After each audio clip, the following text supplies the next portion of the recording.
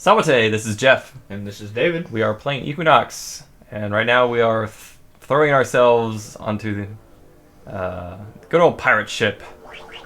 Does the ship have a name? No, not really. It's just the pirate ship? Yeah, just pirate ship. Now, I'm noticing you're slipping and sliding a lot. The new gimmick for this dungeon, well, there's a few. The one that you can notice right now is a lot of slippy, slidey floors. Floors and blocks now. Yes. We also have this, which is rapidly descending blocks. We've seen those before. Yeah. They're used more devilishly here. In order to get past this, I recommend getting at the very edge of the platform, as Glendaal is preparing to do right now. Do a tap, jump, and then catch the edge of the barrel. Okay. Oh. That is the smartest way to do that. Zap, of course, will get us through anything. Yeah, anything dealing with enemies becomes moot with the unfathomable power of the zap spell. Yes, yeah. It's good times. It is a game breaker kind of thing. Yeah, the pirate ship is not actually too hard. It's pretty straightforward. However, there is a point, which I'll be talking about later, where you can irrevocably... That's the word. Yes. Irrevocably. Screw yourself out of beating the game. You'll just have to start over. Wait. A game-breaking glitch if you do not have the ability... Or if you forget to pick up a certain thing, you cannot go back and get it, and you'll be stuck. So, I'll point that out.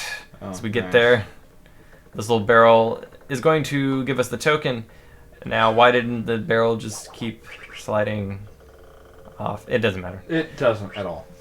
It makes sense sort of internally. You'll also notice in the background we have the Adelina overlay is now our background. They like in the background. Recycle. They were proud of their overlay. full screen sort of cell shaded looking kind of. What's it? It reminds me kind of the old Drakengard game for the Super Nintendo. Oh, Draken for the Super Nintendo. Drakengard is a different game. PlayStation 2.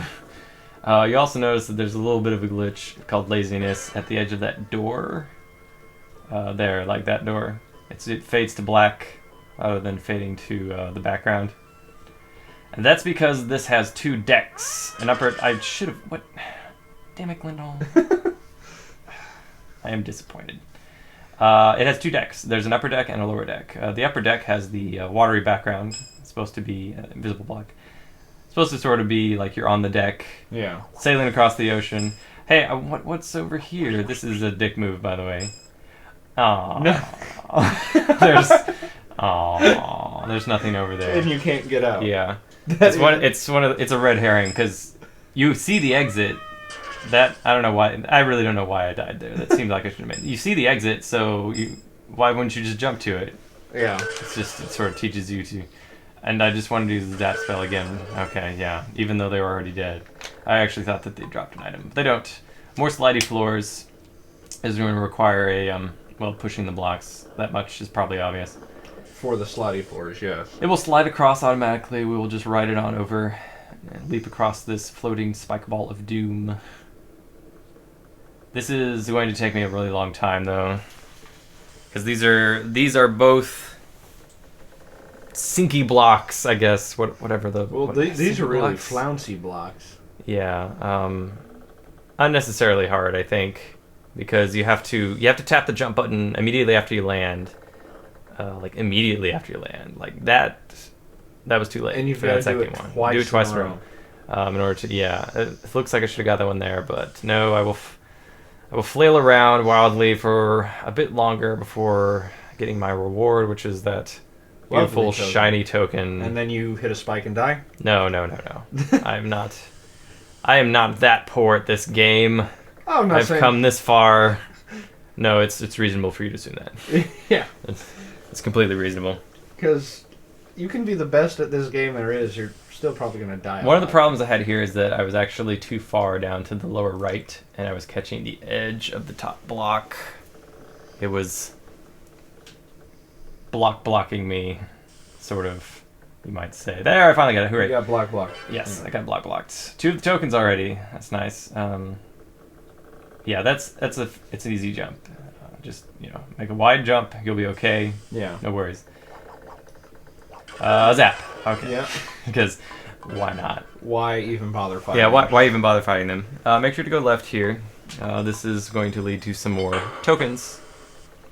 If you go right, you'll probably just end up going through the rest. It's pretty linear, but you might end up going through the rest of the area without. Well, if you forget stuff, it's bad in this dungeon. Let's just put it that way. I zapped with one white ghost, because whatever, Glendaal don't give a damn. He do what he wants. Or however it goes. Yeah, that's a slidey floor. It's like a double slidey floor, so you know it's pushing you two directions at once. Hey, look, it's a white magic potion. Our magic is back. See, it didn't matter.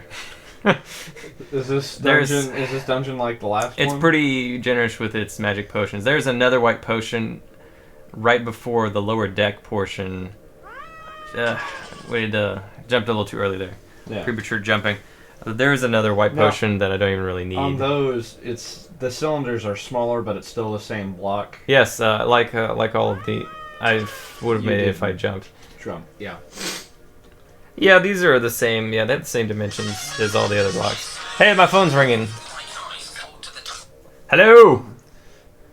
Continue talking about the video. So anyway, yes. Currently, he is in a room with what appear to be spike balls and. Would you like to be a guest commentator on our video for the next few minutes? I broke physics. Yeah.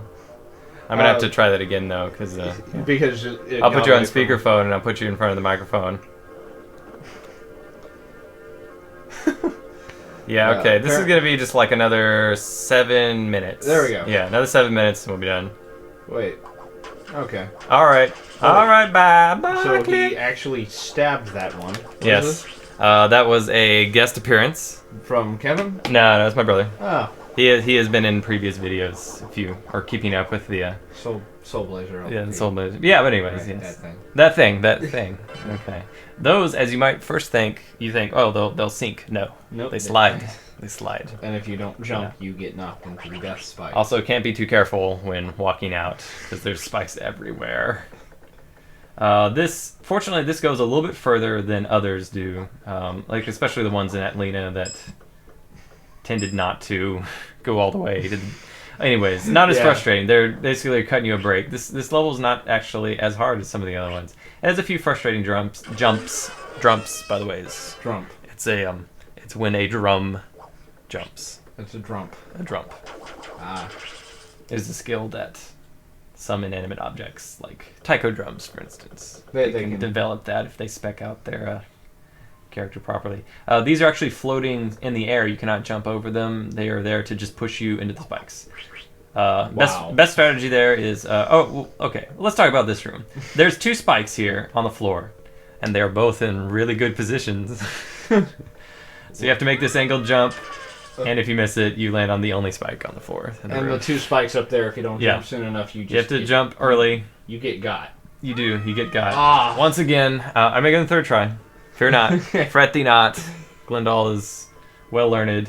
You have to get on the very edge, do a little angle jump, and you made it. All right. I do like the music in this one. Yeah, it's very... I also like the ambient sounds. The creaking. Look, it's another white. I'm just going to waste some zap spells for no apparent reason. There's a white apple and a white potion. Yes, indeed. Just in case. Here is another push the barrel onto the head of the ghost puzzle. This is reused from... Why you didn't zap reused from Deso, I think, was the name of the place that had this last. Yeah, and some invisible blocks to get you up there. Fortunately, I get this on the first try, because, it's just time consuming. You get up there, you push it a little bit, you push it a little bit further, you push it a little bit further. So you are supposed to fall off? Well, you don't have to fall off as often as I am doing, but... For my strategy, since I played this, and this is the best strategy, falling off at those particular times. But you can use your discretion. We're going to be using the free spell once again. We'll get a workout. Again, this is it's basically a problem-solving spell. It does not have the unlimited power of the zap spell, but fortunately it was timed just right. It's on the head, and then write it to freedom. Or token. Yeah, there's a delicious token. Okay, we have 5 of the tokens. That's good. Yeah. Continuing on, we are. This is a little bit harder than it looks. The trick here is that you just walk off. Once it's high enough, all you have to do is walk. If you jump, you will die. Because you'll hit the spikes. Yeah, you'll hit the spikes. So just continuously pushing forward. You'll make it all the way. So which actually makes that pretty easy. We are now below deck. As you can see, the water background is gone. We'll have a refreshing pause. There we go. Yeah. And we're back.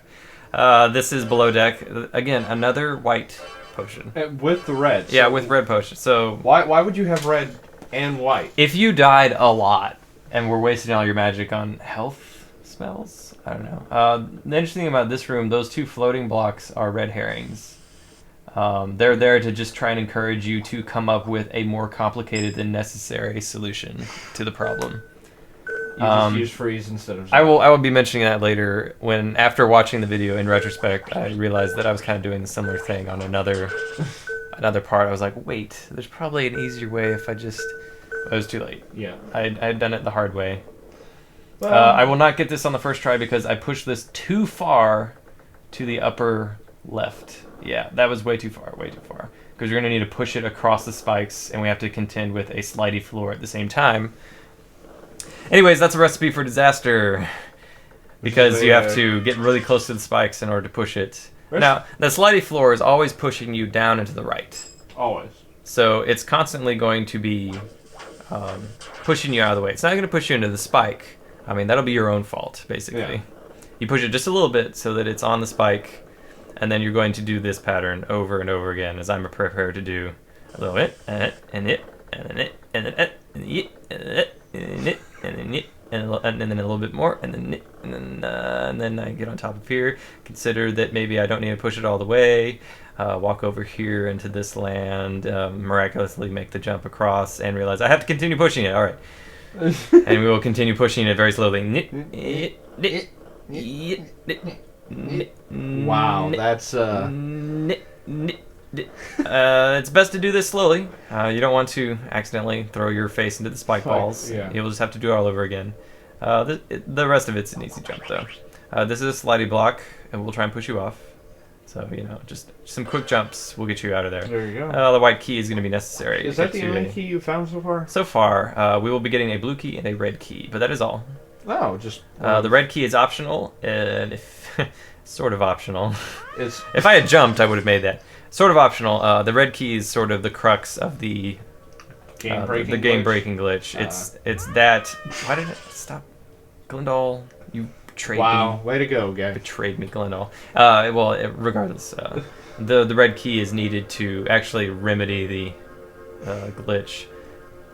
I'll talk more in detail about it later, but basically if you don't have all the tokens when you reach the upper deck for the second time, you will need a red key to get back. If you don't have the red key, you can't get back. Yeah. So if you don't have a red key, but you don't have all the tokens, you're screwed. Start the game over. Hope you're good at the other levels by now.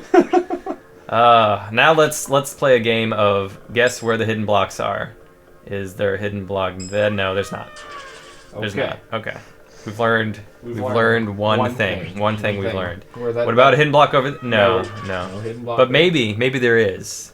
Maybe there is. Maybe I just didn't jump properly. No, there's not. No. There's not. Okay. We've learned two things. Okay. We've learned three things. Three things we've learned. These jumps are still kind of hard to do. All right, so this must be over here. All right, let's guess again. Is it to be to the right or to the lower right? Okay, we guessed properly. That is just a graphical glitch. The token is always there. It's just on the emulator. It does not show up immediately. I don't know if it happens on the cart, the NES cart, Super Nintendo cart, but I don't have the means to test that right at the moment. This is always fun. Okay, now if you just remember how you came in, you'll be able to get out just fine. So I would probably... Probably, yeah. You would throw yourself into one of those holes. That is the most commonly missed token, by the way. That little hidden room there. At least in my own experience. Missing that one is what usually results in you restarting the game because you've got to get the red key. So... so yeah, it just doesn't like you. It doesn't like you at all. So this is one of the reasons why getting to use an emulator with save states is really nice. Yeah. Well, I mean, you could still save state your state in an unwinnable situation. Well, that's when you need to exploit the good old RPG tactic of you have 5 or 6 save files. Yeah, of course. Of course. It's- That jump, the jump at the beginning of the room, or the middle of this room here, it was not too hard. You just have to make sure that your shadow is touching the edge. You'll be okay. Yeah. This is the end of the first part. We'll see what's behind that mysterious white gate in part 2 of Let's Play Equinox on the pirate ship.